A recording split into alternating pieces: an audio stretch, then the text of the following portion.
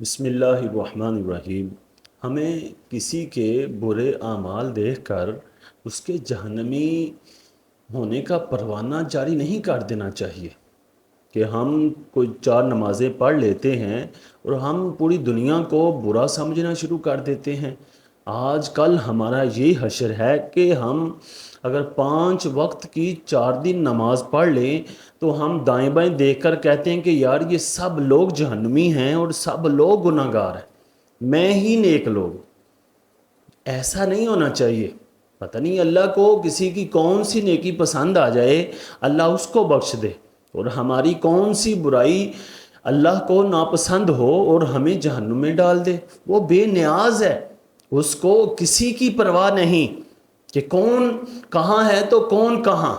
لہٰذا ہمیں یہ سوچنا چاہیے کہ ہم اگر اچھے عمل کرتے ہیں تو پھر بھی اللہ سے ڈریں، اللہ سے خوف رکھیں۔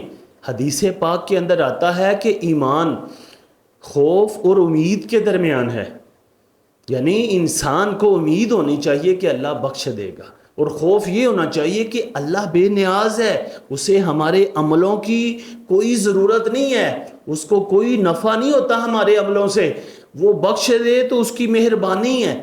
اور قطعی طور پر جنتی وہی ہوگا جس کو قرآن اور حدیث کہیں، یا مرنے کے بعد اسی شخص کو پتہ چلتا ہے کہ یار میں جنت میں گیا ہوں یا دوزخ میں۔ لہٰذا ہمیں پروانہ جاری نہیں کر دینا چاہیے کہ فلاں گناہگار اپنے گناہوں کی وجہ سے جہنمی ہے اور فلاں نیک شخص ہے اور میں بھی نیک ہوں، میں فلاں فلاں کام کرتا ہوں۔ میں آپ کو ایک واقعہ سناتا ہوں کہ ایک گناہگار شخص تھا، شرابی تھا، کبابی تھا، وہ فوت ہو گیا۔ لوگوں نے اس کو اتنا گناہگار سمجھا کہ اس کا جنازہ اٹھانے کے لیے کوئی نہیں آیا۔ اس کی بیوی نے دیکھا کہ میرے خامند کے لیے تو کوئی بھی نہیں آیا، آخر میں نے اس کو دفن تو کرنا ہے، اور بیوی جانتی تھی کہ یہ گناہگار ہے، یہ گناہگار ہے، لیکن بیوی ساتھ تو نہیں برائی کی وجہ سے چھوڑ دیتی۔ جو اچھی بیوی ہوتی ہے وہ شوہر کے ساتھ ہر لمحہ ساتھ رہتی ہے۔ اس عورت نے کرائے کے مزدور لیے، اس شخص کی میت اٹھائی تو اور ایک میت اٹھا کر ایک ریگستان میں لے گئی، اور وہاں جب جنازہ رکھا اور وہ مزدور چلے گئے، کچھ لمحہ گزرا تو ایک نیک شخص پہاڑ پہ رہتا تھا، جو لوگوں میں مشہور تھا کہ وہ بہت نیک ہے، پرہیزگار ہے، وہ اللہ کا ولی ہے، وہ بھاگا بھاگا آیا، ایسے ہی سمجھو کہ وہ جنازے کا انتظار ہی کر رہا تھا۔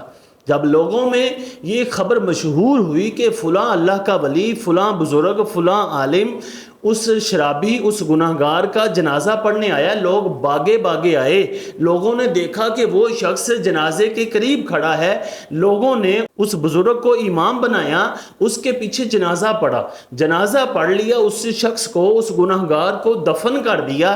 دفن کرنے کے بعد لوگوں کی حیرت بڑھ گئی، یعنی حیرت میں تو لوگ پہلے ہی تھے کہ ایک اتنا شخص گناہگار ہے، شرابی ہے، کبابی ہے، وہ نیک کام کوئی نہیں کرتا، تو یہ اللہ کا ولی، یہ نیک شخص اس شخص کا جنازہ پڑھنا کیوں آیا؟ لوگوں کی حیرت بڑھتی گئی۔ سلام پھیرتے ہی اس کو دفن کرنے کے بعد لوگوں نے پوچھا، حضور ایک بات پوچھنی ہے، پوچھ سکتے ہیں؟ انہوں نے کہا پوچھو۔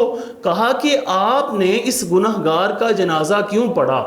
کہتے ہیں کہ میں سویا ہوا تھا، مجھے خواب میں کہا گیا کہ فلاں جگہ فلاں ریگستان میں چلے جاؤ، ایک جنازہ ہے اور اس جنازے کے پاس کوئی بھی نہیں ہے سوائے ایک عورت کے، وہ ایک اکیلی عورت ہے، تم اس کا جنازہ پڑھو۔ تو وہ شخص یہی کہا، تو اس کی بیوی سے پوچھا کہ اس بزرگ نے یہ جواب دیا۔ اس کے بعد اس بزرگ نے اس گناہگار کی بیوی سے پوچھا کہ آپ یہ بتائیے کہ کیا اس کا کوئی نیک عمل تھا جس کی وجہ سے مجھے حکم دیا گیا، مجھے الہام کیا گیا کہ اس کا جنازہ پڑھو؟ اس کی بیوی نے کہا نہیں، یہ ایسا ہی ہے جیسے لوگوں میں مشہور ہے۔ تو اس بزرگ نے کہا نہیں، کچھ زیادہ سوچو کہ ہو سکتا ہے اس کے کوئی اچھے کام ہو۔ اس عورت نے کوئی تھوڑا سا غور کیا تو اس نے کہا ہاں، اس کے 3 کام تھے۔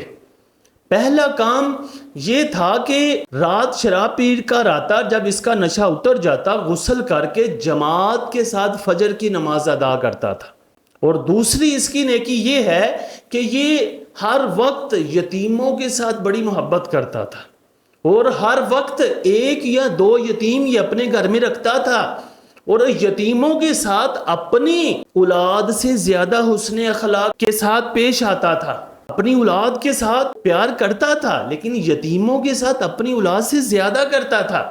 تیسرا اس کا نیک کام یہ تھا کہ رات کے وقت جب اس کا نشہ اترتا تھا ایک کونے میں بیٹھ کر اللہ کی بارگاہ میں روتا تھا اور کہتا تھا کہ اے اللہ تو میرے ساتھ میرے جسم سے جہنم کا کون سا کونا بھرے گا، کون سا کنارے بھرے گا، میرے جسم کے ساتھ تو کچھ بھی نہیں ہوگا، لہٰذا مجھے معاف کر دینا۔ تو وہ بزرگ جو تھے وہ خاموشی سے چلے گئے، یعنی ان کی الجھنیں دور ہو گئی کہ اس شخص کے جو اتنے یہ نیک کام تھے، اس شخص کے یہ جو نیک کام تھے چند تھے کہ فجر کی نماز جماعت کے ساتھ ادا کرتا تھا، یتیموں کے ساتھ بڑا پیار کرتا تھا، اور اللہ کی بارگاہ میں رو رو کر دعا مانگتا تھا، اے اللہ میں گناہ گار ہوں، جہنم کا کون سا کنارہ میرے جسم سے بھرے گا، تو اللہ نے اس کو بخش دیا۔